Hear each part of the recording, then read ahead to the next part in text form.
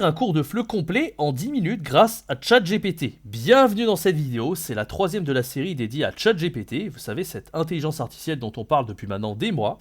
Je vous ai déjà fait 2 vidéos sur le sujet, la première c'était comment créer des activités, tout type d'activités, des compréhensions orales, des activités de grammaire, des chansons, enfin il y avait plein de trucs, des activités de phonétique même. Et dans la deuxième vidéo je vous avais montré donc comment utiliser ChatGPT pour gagner énormément de temps, voire une infinité d'heures de préparation pour vos cours de FLE. Et dans cette vidéo-ci, je vais rentrer un peu plus dans le détail puisque je vais montrer comment j'ai réussi à créer une séquence didactique de FLE sur un cours où j'avais a priori pas tellement d'idées. En fait, comment j'ai pu utiliser l'intelligence artificielle pour me donner une séquence didactique complète que j'ai utilisée. Ça m'a fait durer plus de 2 heures, c'était hyper intéressant pour mes apprenants. Et ça a été grâce à ChatGPT en grande partie.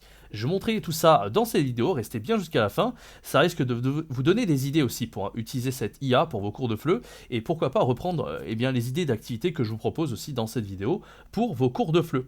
Voilà, donc on va voir ça ensemble dès maintenant, c'est parti. Avant de commencer cette vidéo, je vous rappelle donc que c'est le dernier jour, c'est le tout dernier jour pour profiter de moins 80% sur le Master Pack. Alors Master Pack contient 6 formations de FLE, la formation devenir un expert du FLE débutant pour enseigner au niveau A0 à 1 avec grande aisance, une formation sur la grammaire pour vous aider à faire des cours ludiques de grammaire sans se prendre la tête avec la théorie grammaticale, une formation sur le fait d'enseigner en chanson pour arriver à se démarquer, à créer des cours ludiques, une formation pour se spécialiser sur les cours enfants, une sur les jeux également pour arriver à créer des cours ludiques et également à se démarquer, un petit peu comme la chanson, et une dernière formation pour arriver à gérer mieux votre entreprise, votre temps et réussir à être plus productif en tant que prof de FLE indépendant. Si vous êtes intéressé par ces 6 formations, elles sont donc à moins 80% dans un pack, à moins 80% jusqu'à ce soir à 23h59. C'est vraiment un tarif exceptionnel. Il faut savoir que le pack est à 133 € au lieu de 665 €, ce qui veut dire que chaque formation est au prix unitaire de 20 €. C'est vraiment absolument exceptionnel. Donc si vous êtes intéressé par ce pack, c'est le tout premier lien dans la description. L'offre se termine ce soir.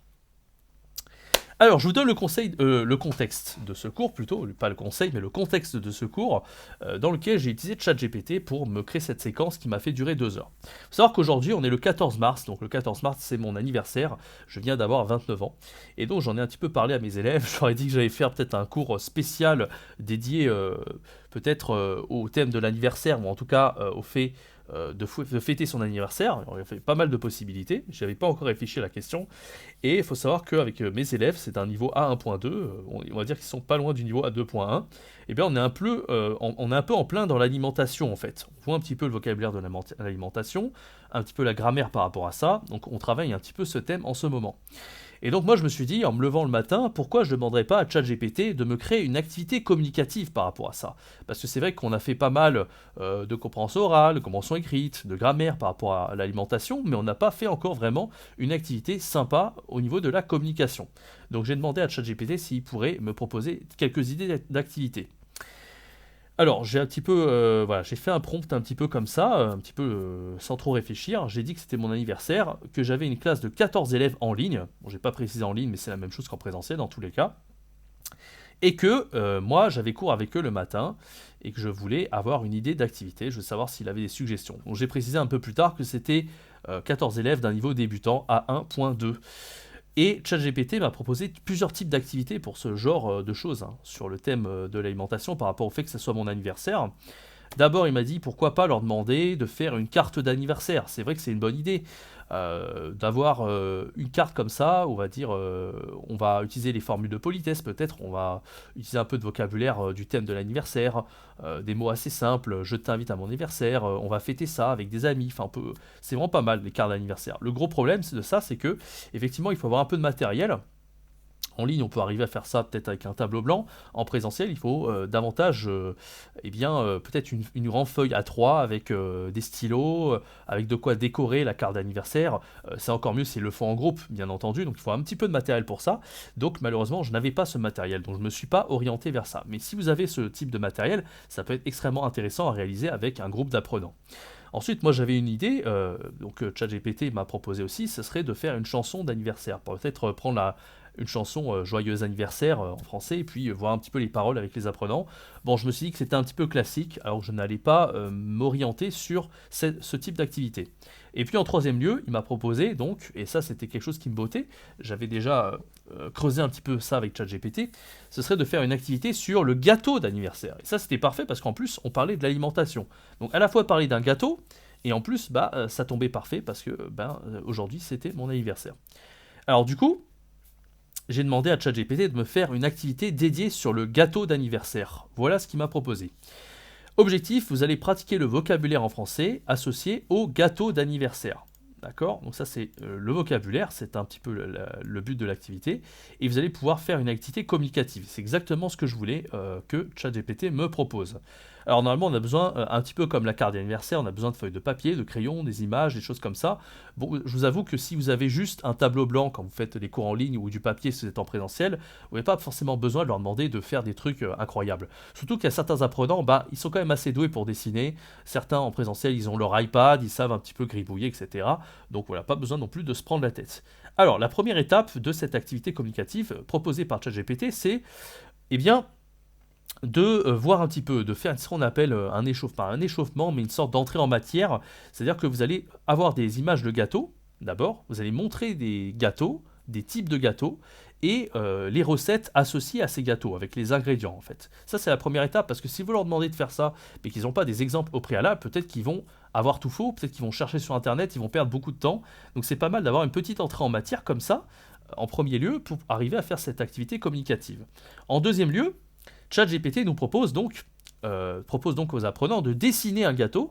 Alors on n'est pas dans un cours d'art plastique, mais ça peut être sympa quand même de dessiner. C'est un peu ce qu'on fait quand on fait un projet comme ça en groupe, c'est que vous leur demandez d'abord, ça peut être pareil pour n'importe quel truc. Moi je me rappelle quand je faisais du niveau intermédiaire ou avancé, on pouvait demander de faire leur propre syndicat ou leur propre entreprise, et souvent ils dessinaient un logo ou ce genre de choses. Et bien là je leur ai demandé de dessiner carrément le gâteau en question avec la liste des ingrédients à côté en fait. Donc ça, on peut aussi se répartir les tâches. On peut avoir un apprenant qui va dessiner un peu le gâteau et un autre qui va aider aussi à mettre les ingrédients. Voilà, donc c'est pas mal de les mettre en équipe pour ce type d'activité.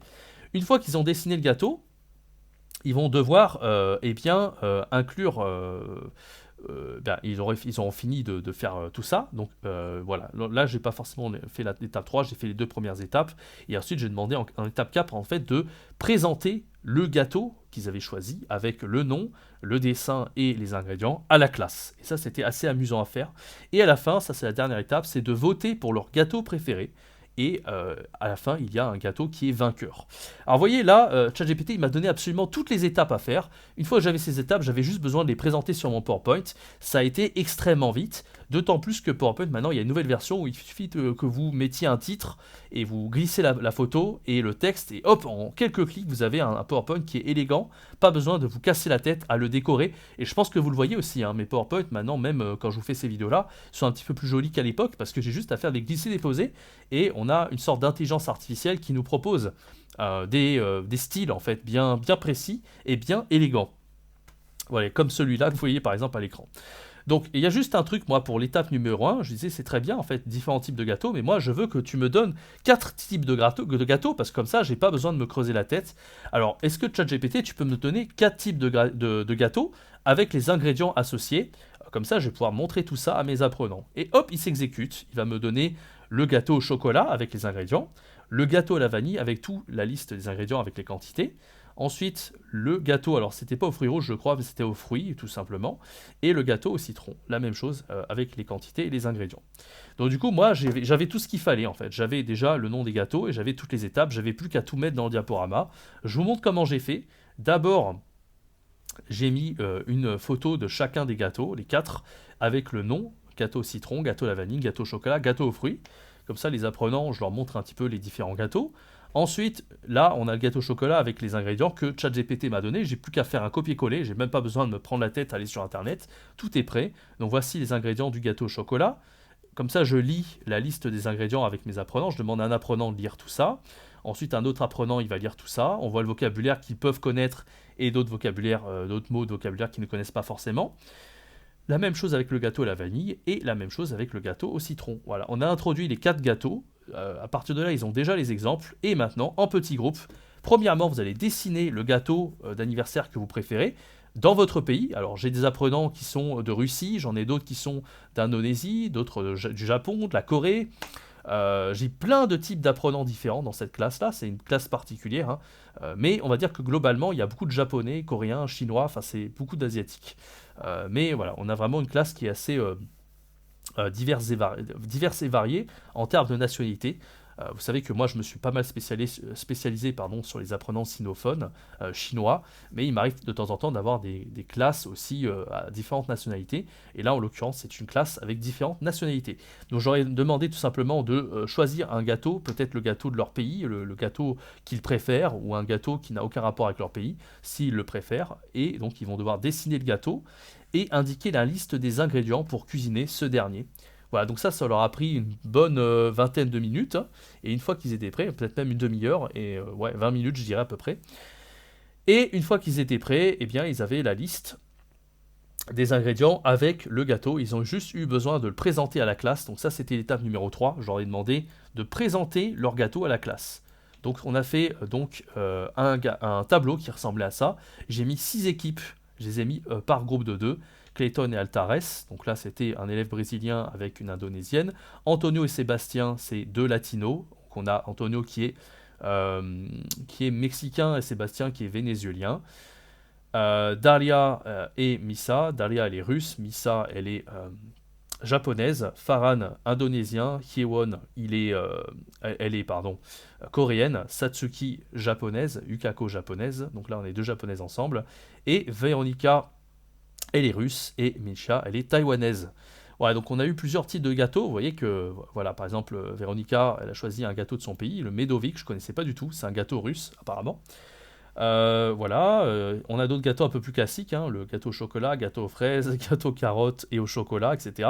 C'était assez marrant parce qu'en fait, ils avaient juste donné le nom du gâteau, ils avaient décrit un petit peu le gâteau à l'oral, ils avaient marqué quelques ingrédients. Et puis, ils ont dessiné aussi chacun des gâteaux. Et au final, on a voté, en fait. On peut voter, hein. Quand vous enseignez en ligne, vous avez de quoi lever la main. Comme ça, on avait un petit vote. En présentiel, c'est pareil, hein. De toute façon, vous demandez aux élèves de lever la main en présentiel. Et finalement, c'est le gâteau japonais, le gâteau aux fraises, qui est assez classique, finalement, qui a remporté ce jeu. Enfin, cette activité communicative. Donc à la fois, ils ont parlé entre eux pour créer cette activité, ensuite ils l'ont présenté à la classe, et ensuite on a dû voter, donc c'était assez sympa. Et ça, c'est assez facile à faire en présentiel et en ligne. Donc là, on en est déjà à 3 quarts d'heure, 1 heure d'activité. Vous voyez que ChatGPT, il m'a donné toutes les bonnes idées par rapport à ça. C'est assez sympa à faire. Je vous invite aussi à le faire. Si vous n'avez pas trop d'idées, hein. Là, c'est dans le thème de l'alimentation, mais quel que soit le thème que vous choisissez, vous pouvez faire la ville idéale, si vous choisissez le thème de la ville. Vous pouvez choisir aussi... qu'est-ce que ça peut être dans les niveaux plus avancés, peut-être la colocation, le logement, enfin on peut faire plein de choses comme ça qui peuvent être assez sympas. Ensuite, j'étais là, en fait, je me suis dit, ok, c'est cool, mais ça m'a donné des idées parce qu'on a vu toutes les quantités ici. Et c'est souvent ce qui vous arrive quand vous faites des cours de FLE. Vous avez les quantités ici avec chacun des ingrédients. Et je sais pas pourquoi, d'un coup, quand je préparais ce cours, je me suis dit, mais c'est marrant, ça me rappelle une chanson, en fait. Et tout de suite, je me suis rappelé d'une des chansons de Max Boublil, qui est un comédien français que j'aime beaucoup. Et il y a une époque, Max Boublil, il faisait des chansons comme ça, un petit peu humoristiques. Et il avait fait cette chanson qui s'appelait La pâte à crêpes. Je ne sais pas pourquoi elle m'est revenue comme ça d'un coup en tête. Alors c'est pas ChatGPT qui me l'a suggéré, mais vous voyez que ChatGPT m'avait suggéré de faire une chanson. Et du coup, je m'en suis rappelé La pâte à crêpes, et je me suis dit que cette chanson serait pas trop compliquée pour un niveau à 1.2 à 2.1. Et donc, voilà, j'ai pas eu besoin de demander à ChatGPT. Par contre, parce que des fois, quand vous lui demandez, prends les paroles de la chanson Pâte à crêpes de Max Boublil, il va mettre n'importe quoi. C'est un peu les limites de l'intelligence artificielle pour l'instant. Donc, j'ai pas eu besoin de m'embêter plus que ça. En fait, j'ai juste cherché les paroles sur Google, je les ai pris, j'ai fait copier. Et j'ai créé un Learning Apps. Alors Learning Apps, je pense que vous connaissez, j'en ai déjà parlé pas mal de fois sur la chaîne ou dans les formations. Si vous ne savez pas comment créer un Learning Apps comme ça avec des paroles de chansons, je vais vous mettre le lien en haut à droite de l'écran. N'hésitez pas à aller voir cette vidéo pour créer un Learning App dynamique. Et comme c'est un niveau débutant, je me suis vraiment pas pris la tête. J'ai pris 4 ou 5 mots et j'ai mis différentes propositions à choisir. Donc là, tu prends 3 œufs et tu les casses. Voilà, ils avaient juste à choisir et à scanner comme ça le QR code. Alors, vous pouvez accéder à l'application, hein, je vous ai mis le lien juste en bas de l'écran, vous pouvez essayer de la récupérer si vous voulez vous en servir, pourquoi pas. Ça vous évite de la créer, mais je vous invite aussi à créer vos propres chansons comme ça par rapport à vos propres thèmes. Et c'est une chanson qui a cartonné, qui a beaucoup fait rire.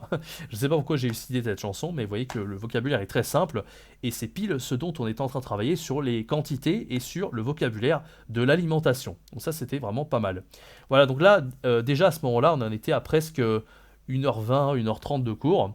Et pour terminer en beauté, ben, après ce que vous pouvez faire, c'est demander à ChatGPT de créer des prompts. Donc vous faites faire un prompt pour créer des activités de grammaire. Donc par exemple, là on est en plein dans l'alimentation et on travaillait sur les articles partitifs. Donc je demandais donc de voir la différence entre les articles partitifs masculin, féminin et pluriel. Est-ce que tu peux me donner la règle concernant les articles partitifs? C'est ce que j'ai demandé à ChatGPT. Hop! Donc ça c'est écrit en rouge parce qu'il y avait un petit bug de connexion, mais vous voyez qu'il me donne très bien la règle. Du pour du pain, c'est masculin, de la pour de la confiture, des fruits pour le pluriel. C'est comme ça que ça marche, c'est pour désigner une quantité indéterminée de quelque chose qui ne peut pas être compté. Et il nous donne des exemples aussi, hein, du lait, ça ne peut pas être compté, de la soupe et des légumes.